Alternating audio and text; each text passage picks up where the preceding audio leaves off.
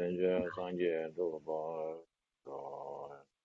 ye chedan za ye chama sanjo bardo nane gyabzo je la ye cheje yibe tona ye dola benje sanje zoba sho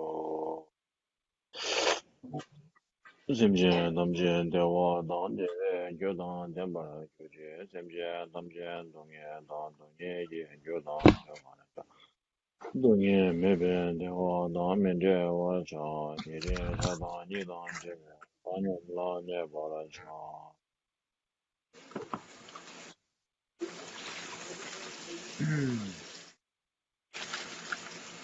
Mandala.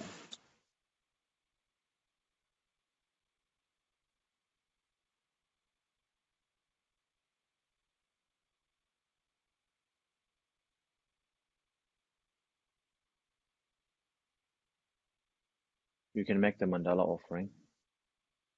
Um, so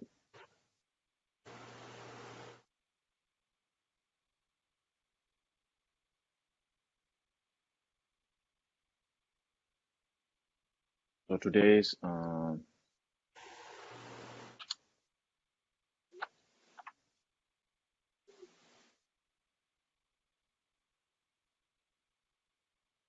please listen to the following teachings with the pure motivation to achieve enlightenment for the sake of all sentient beings.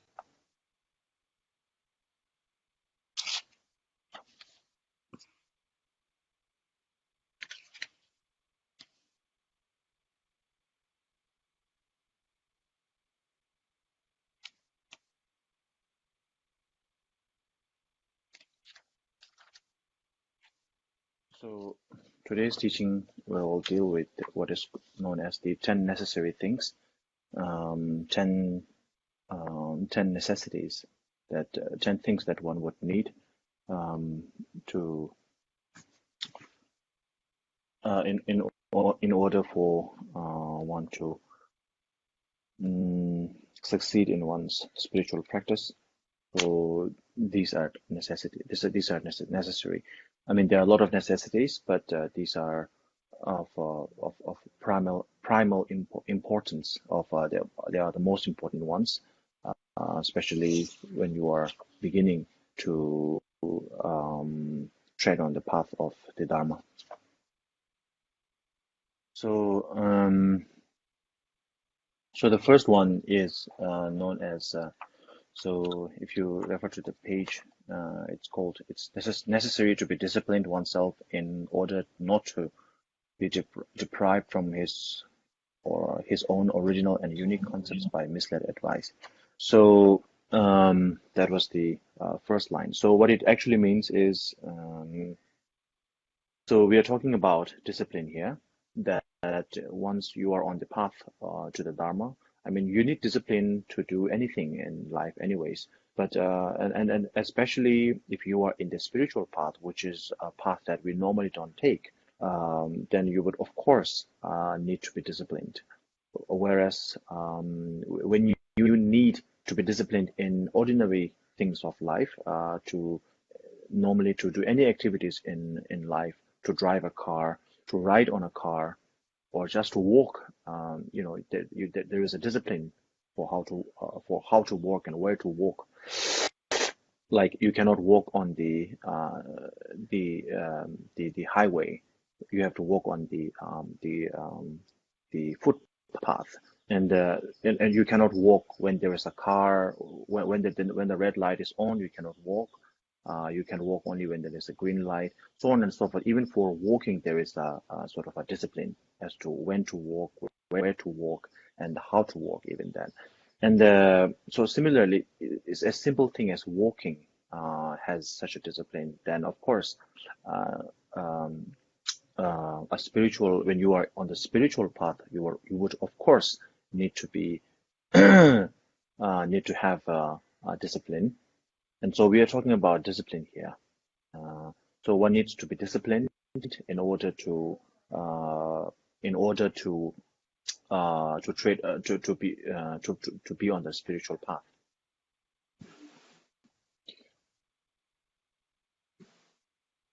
So when we talk about when we speak about the discipline, disciplining yourself, so there are different modes of disciplines, and some disciplines. What the first instruction is saying is that the discipline should be it should be proper discipline.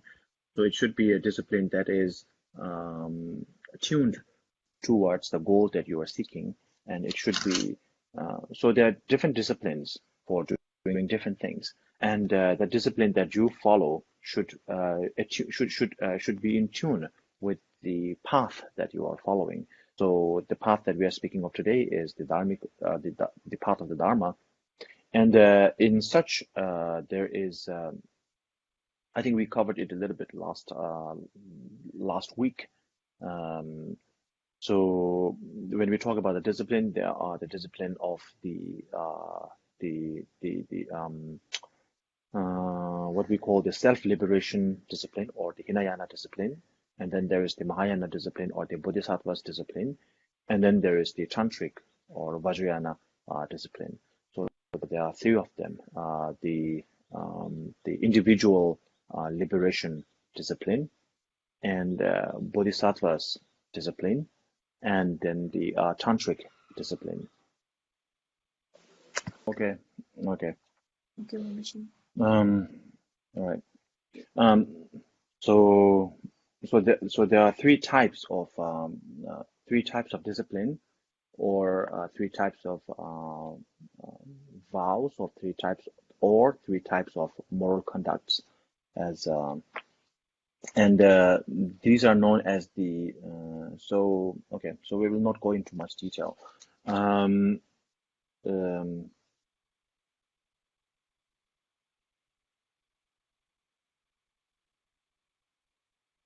so we have the three three different stages of the spiritual path. One is the Hinayana path, or the uh, mm, Theravada path.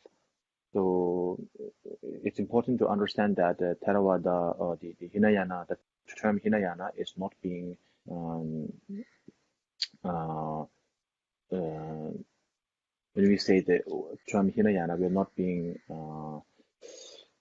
we are not degrading the path followed by that particular tradition. So what we are merely saying is that um, that this is a path. So there are three different paths for one to take, and this is the path that comes in the this is the fundamental path.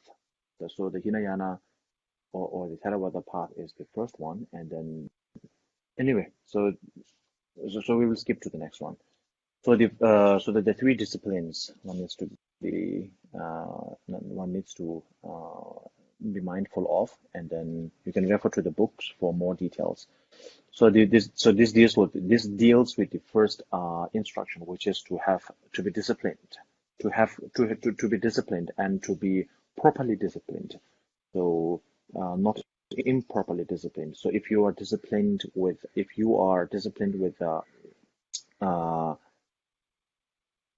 you are disciplined with let's say a training that is not coherent with something, incoherent with the path that you are taking, then it will not be helpful for the path. So whatever discipline that you are taking, it should be coherent with the path that you are taking. So this is what the first instruction is all about.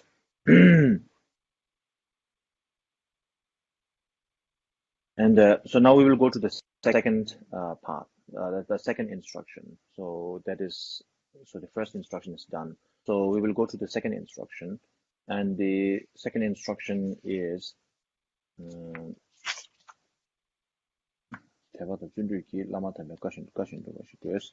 so the second instruction is that with determination and proper faith, proper devotion, one should follow the instruction of the guru. As with any spiritual practices, one needs to find a guru, a reliable guru, and then once finding the reliable guru, then one should follow what we would say as a shadow follows the light. A shadow follows the body. One should be following every instructions given by that particular mm, uh, that teacher on that particular practice that you are doing. So, following the instructions of your guru with determination and proper uh, devotion is of utmost necessity. Thank you. So, I think I mentioned it on the first day. So when we talk about the root word for the root term of the root word for the term guru in Sanskrit entails towards heaviness. So the guru that you are taking should be heavier, or in other words, superior than yourself in the path that you are in the path or training or practice that you are learning from him or her. So therefore, actually, there are in different books, um, in different Dharma scriptures, it is explained the qualities a guru should have, and so on and so forth. But mainly, there are 10 qualities that a guru should have, that you should look for a guru when you take someone as your guru.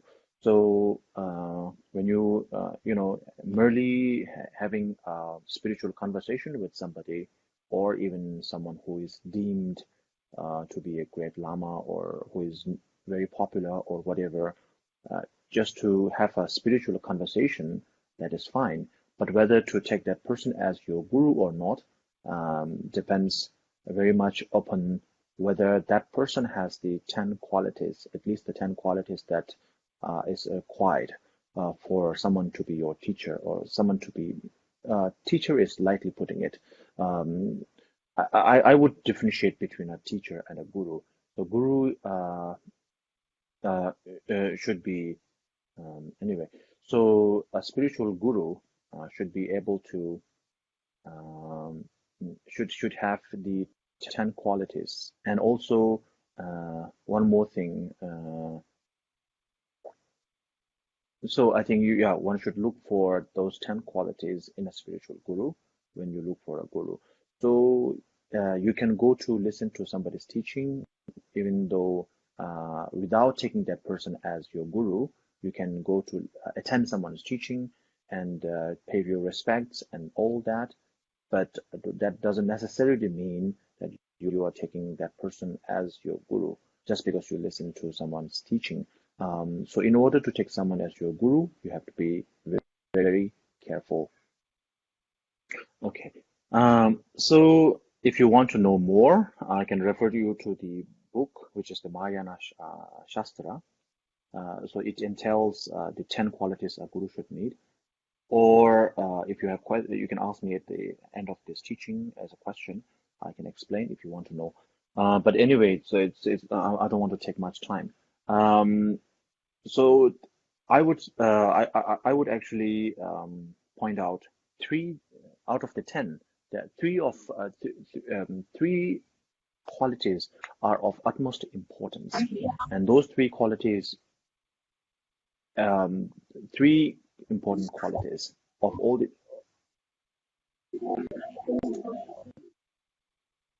the 10 qualities, that three of them are most important, which is the first one is humility, or humbleness, and then the second one is caring, uh, then the third one is wisdom or wiser. So wisdom. So the first one, the teacher should be humble, have humility. After all the knowledge that one has gained, Um, the more knowledge you gain, the more humble you should become. This is the um, result of spiritual learning. So for example, when you do physical training, when you do a lot of, like, let's say, athletic training, you can run faster, you can jump higher, you can lift heavier things. So in a similar way, in a spiritual training, the result is the, the result of a spiritual training shows from the humility that the person has accumulated. So the and so it's the so we are not talking about mere ignorance here. So you are humble because you know nothing. That is not what we are talking about. You know a lot of things, you can explain a lot of things, you can teach a lot of things, but still you show humility. So this is something that comes after years of training and years of perseverance. So the first one is humility, and then the second one is caring. The teacher should be caring towards the students. And the third one is, of course, the teacher should be wiser than you in the particular path that you are learning from. So if you are learning mathematics from a particular teacher, the teacher can be a disabled person, cannot walk, cannot see or anything, but that person should be able to. That person should have better knowledge in mathematics in order to teach you mathematics. So that person doesn't necessarily have to know English or French or any other things. Whatever field that you are learning from that particular teacher has to have wisdom in that particular field. That is of utmost importance. So humility, caring, and then wisdom are of utmost importance for a teacher. So when you look for a teacher, what particular teacher you are looking for, you should not go looking for a teacher in the sense how the teacher looks like, how the teacher acts like, or from a outer external appearance. More in the form of you should look for a teacher in the sense somebody who embodies these three qualities. If a teacher embodies these three qualities, then it is most probably it is safe to say that you can follow that teacher and that you can follow that teacher as your guru. So the second instruction is more like a general requirement, which brings us into the more important one, which is the third instruction. That is more. The third instruction is more personal. So when you look for a teacher, you should look for a teacher with the first in relevance to the second instruction. But then that alone is not enough, not sufficient for someone to be your teacher. For someone one should look for a teacher. For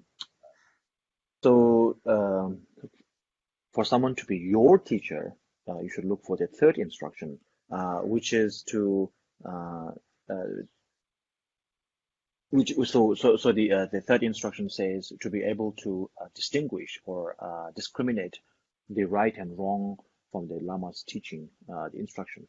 So so what we are talking about here is what is right and what is wrong. So right and wrong, truth and false, these are very much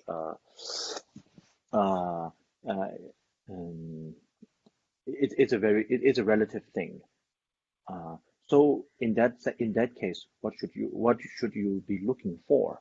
The thing that you should be looking for is no matter what the guru or the teacher, the teacher says, from whatever lesson, from whatever teaching that the guru gives, that teacher gives, whatever conversation that teacher gives has with you, and whatever small, major, or minor activities that that person is behaving with you, whatever it is, if it has a positive effect on your spiritual practices. So let's say it doesn't necessarily have to be a very deep, profound teaching. Sometimes, there's a certain way,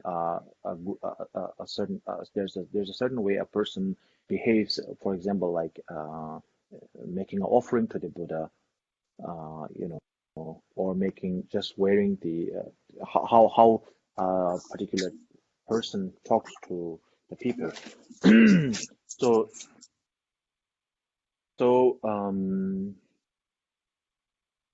Whatever the instruction given by the teacher has a positive effect within your mental stream, and helps you in advancing in the spiritual path, helps you makes your mind calmer, makes you more peaceful, a bit wiser. So if there are spiritual progresses made by the instructions given by that particular teacher, then you can take that person as your teacher, irrespective of whether that person has a big name or not.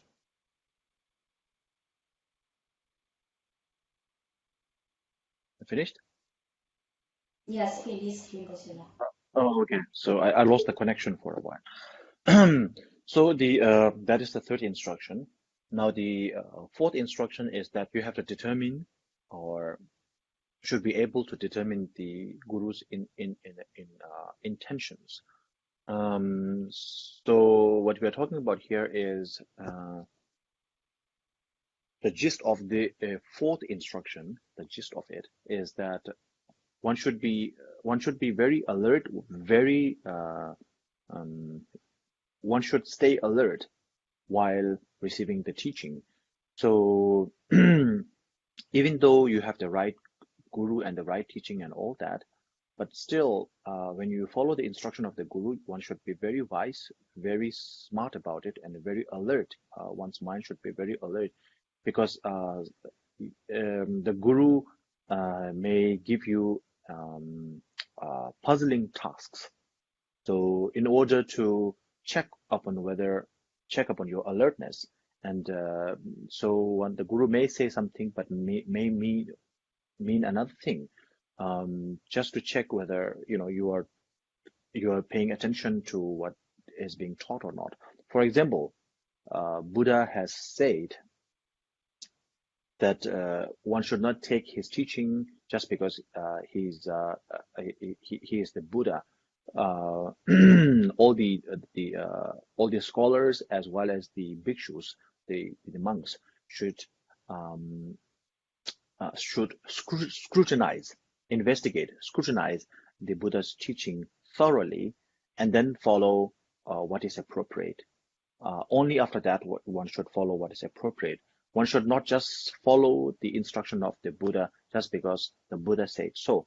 So this is a very important part of where the analytical aspect of the inquisitiveness, the individual inquisitiveness comes in. So one should always stay alert, stay inquisitive, and always be alert. So even though Buddha said that one should not take my instruction just because I said so, during Buddha's time and even later, there is a number of Buddhist scholars and whatnot who take everything the Buddha said word by word, literally, just because Buddha said so. So this is a direct contradiction to the very theory of Buddha's Buddha's urging us. Buddha told us to nourish our inquisitiveness, and only through inquisitiveness comes from alertness and investigative wisdom. And without such wisdom, one shall not be able, merely through practicing compassion and bodhicitta, one will not be able to cut through the darkness of ignorance. In order to cut through the darkness of ignorance, the wisdom is very important. So we always have the wisdom and compassion should go hand to hand. So one should be kind. At the same time, one should be alert, very smart. So therefore, this is the fourth instruction is about being smart, being wise, and being alert as to determine what the intentions or what the guru actually means with this or that particular instruction. Okay, thank you. So now comes to the fifth instruction. Now, so the guru path is complete. So now it comes upon yourself. So you receive your teaching from you found a perfect guru. Then you receive his teachings, and you also analyze the teachings, and you know which teaching should be followed and in what way. And so the it is said that the teachings of the Buddha are nothing more than instructions. So I don't know whether what the word instruction entails in English. Maybe, but in Tibetan the word is Dhamma or Menga, um, which means which is translated loosely translated in English as instruction. So when we say Dhamma or Menga in Tibetan, it is something that is prescribed for yourself. Uh, so we always tell our gurus always tells us that the whole teaching of the Buddha is nothing more than an instruction or a dhamma for yourself. So in other words, the whole teaching, all the teachings of the Buddha, the vast canons, the Buddha's the 100 sutras and the 200 so they are all nothing more than dhamma or prescriptions. So if you go to a doctor and the doctor prescribes you a certain medicine, so that is made specially for you. It's tailored for you. It's prescribed for you and you only. So similarly, the Buddha's teaching, the wholeness of Buddha's teaching is an instruction for you, a prescription for you. Um, uh, um, um, but then it is up to you and the guru that you, even though the whole of Buddha's teaching is instruction or a prescription for you, but you would need a certified doctor or a spiritual guru who can prescribe, who can choose from this vast field of spiritual medicine, psychological or mental medicine, uh, for the ailments, for the sickness that you are suffering from. So therefore, you would need the right guru. That is the reason why you would need a right guru. And then only then and only then, the practices that the Buddha's teaching, the whole of Buddha's teaching can become a prescription for you one at a time. So these are the so up to this is the we covered 4 instructions up to this.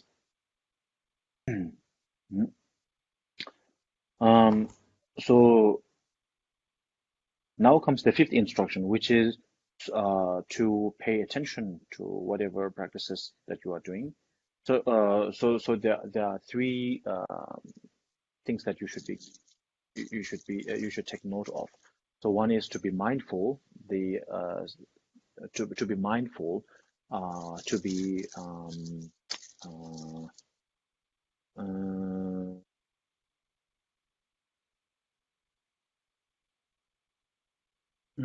to be mindful, to be attentive, and to be conscious. So the text. It is necessary to meditate and journal one's deeds and to distinguish between the good and evil through a position of mindfulness, attention, and conscientiousness, so that one can keep these 3 entrances unstained by the defects of the faulty conduct. So this is the 5th instruction. So one needs to be mindful, one needs to be attentive, and one needs to be conscious. So one should be mindful, as in the sense that to being alert as to what you are doing, what is going on, and whether what is doing is right or not. So a certain at the corner of your mind, when you are doing, let's say you are doing prostration or you are doing a mandala offering, at the same time, these 3 sentries, these 3 guards these three mental factors should be put on guard. One is being attentive, so being attentive to what you are doing, and being attentive is similar to paying attention to what is going on around you. And when you find something off, then you be mindful. You remind yourself. That is where mindfulness comes in. So you tell yourself, okay, this is not right. You should, for example, okay, let's go with making a mandala offering. So you are making mandala offering. So during that time, you should be alert. You should be attentive to, your main sort of mental stream. The principal mind is focused on making the mandala offering, but at the corner of the mind, one should be alert. One should pay attention to the very act of making a mandala offering. So you are making a mandala offering, but at the corner of your mind, very much alert and very much attentive to the fact that you are making a mandala offering. So this means you should pay attention or to be alert of whether your mind is going off the grid, or maybe you're not holding the physically you're not doing properly, or vocally you're not saying the mantras properly. So you should pay attention to that. And when this is where the attentiveness come in. Here it's called attention. So this is where the attentiveness comes in. And then when you see something off, then that is where the mindfulness comes in. So mindfulness is about being mindful or reminding yourself, okay, this is not right. One should, do something about it. And doing something about it is where conscientiousness comes in. So you being conscious about the inappropriateness of the behavior or of the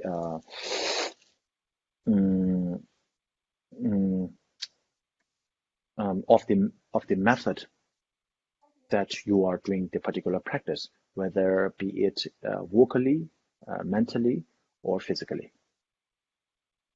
So the sixth instruction is having proper the deity and honoring that deity, or practicing upon that deity with practicing upon that deity with a very stable and purified mindset, very stable mindset. So this is the line that goes on. So what it means is, so I think here we should go a little bit into what a deity is all about. So we all have different deities. We have many different deities like Manjushri, the Wisdom Buddha, Tara, the Protectress, or the Buddha of Blessing, Medicine Buddha for healing, and so on and so forth. So there are many different Buddhas, different deities. So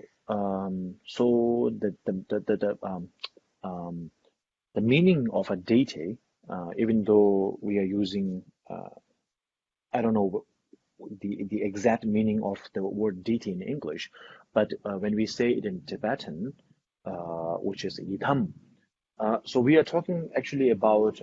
So one thing that you should understand is that a deity, from a Buddhist point of view, is not a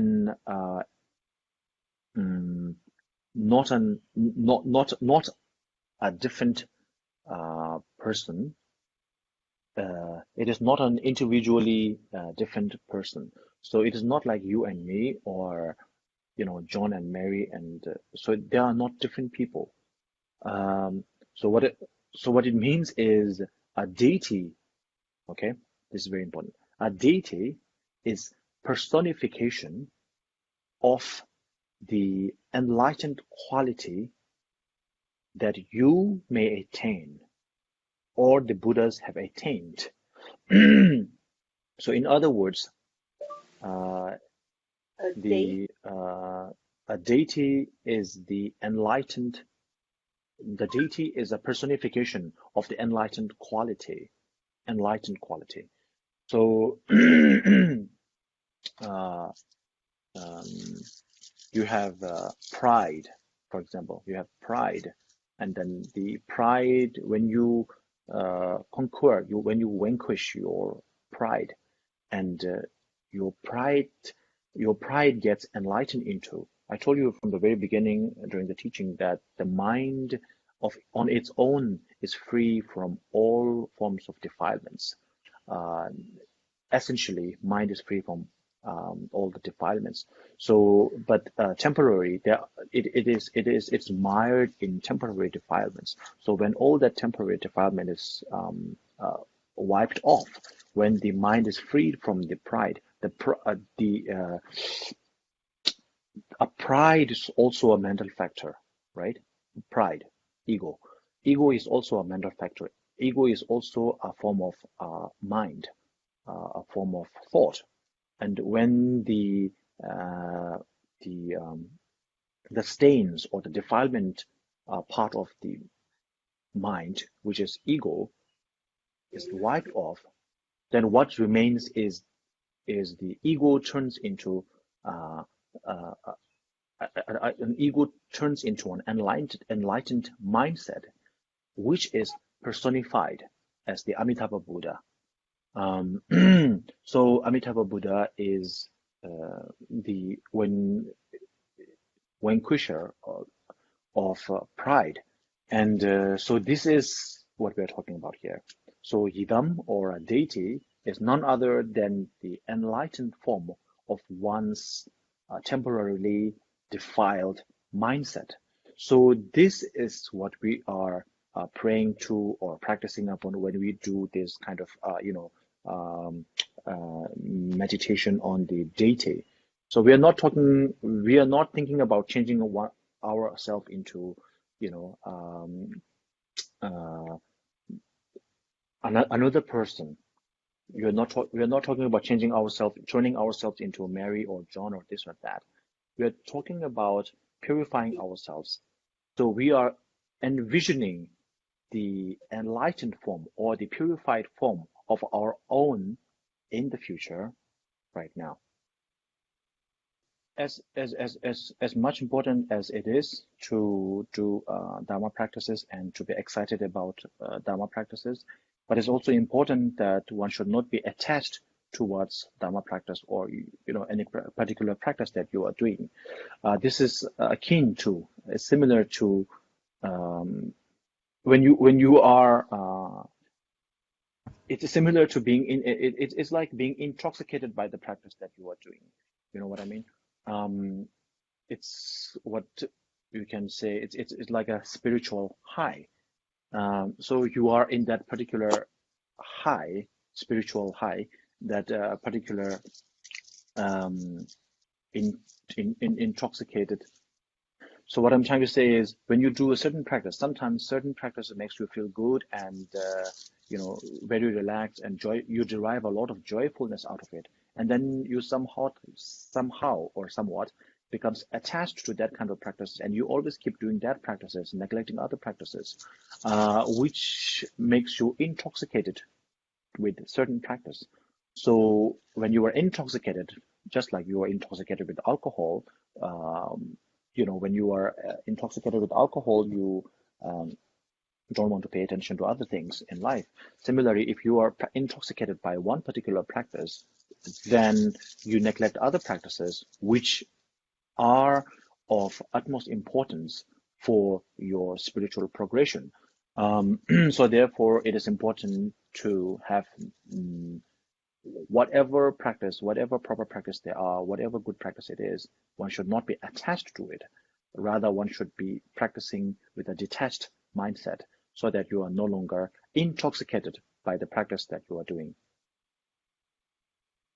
This actually happens to a lot of serious practitioners. So a number of serious practitioners, usually, they are doing very serious, when they are doing serious practices, they derive a lot of joyfulness out of doing those practices. And then they get attached to that particular stage. And then you are stuck. then you are stuck in that particular stage. So this is something one should be wary of. One should not fall into that category. So we will complete our teaching here for today. So this concludes today's teaching, and you can have one question if you have any question. You can have one question. Rinpoche, as the Institute of Supreme Liberation, they have on behalf of the Institute of Supreme Liberation, they have something to say to you that on the occasions of the Buddha Sakyamuni's birthday, first of all, all of the Sangha would like to wish you to have a lot of good health and long life. And secondly, they are very joyful and wish that you can join the giving back to the Buddha ritual, giving back to the Buddha ritual. And Mr.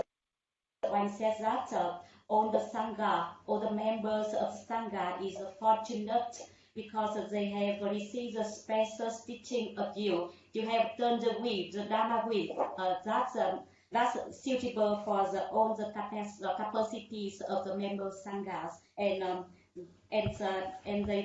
she said that you bless them, all of them, so that they can have arise the bodhicitta, and whatever the Dharma activities they do, they all of the purpose is for the benefits of all the sentient beings, and please the blessing for them so that they have the stable faith in the Dharma, Sangha, and in the Guru, and so that finally they wish you have a long life and have inner peace, so that you can lead all the members of the Sangha on the way to the path to the enlightenment. Thank you for the wonderful prayer, for the wonderful aspirational prayer. So let's mark this prayer with a prayer from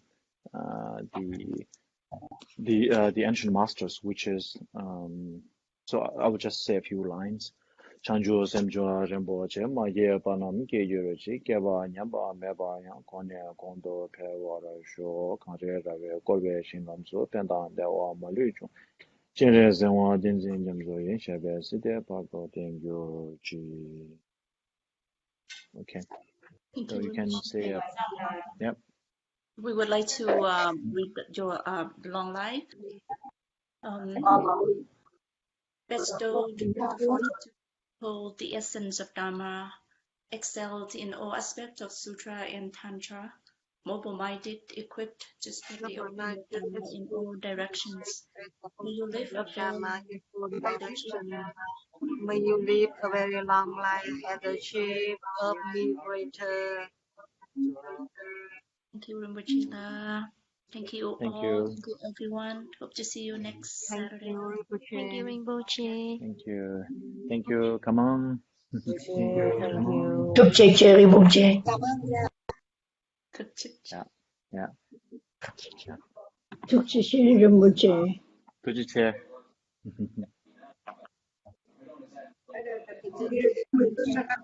Om Mole Mole Ma Mole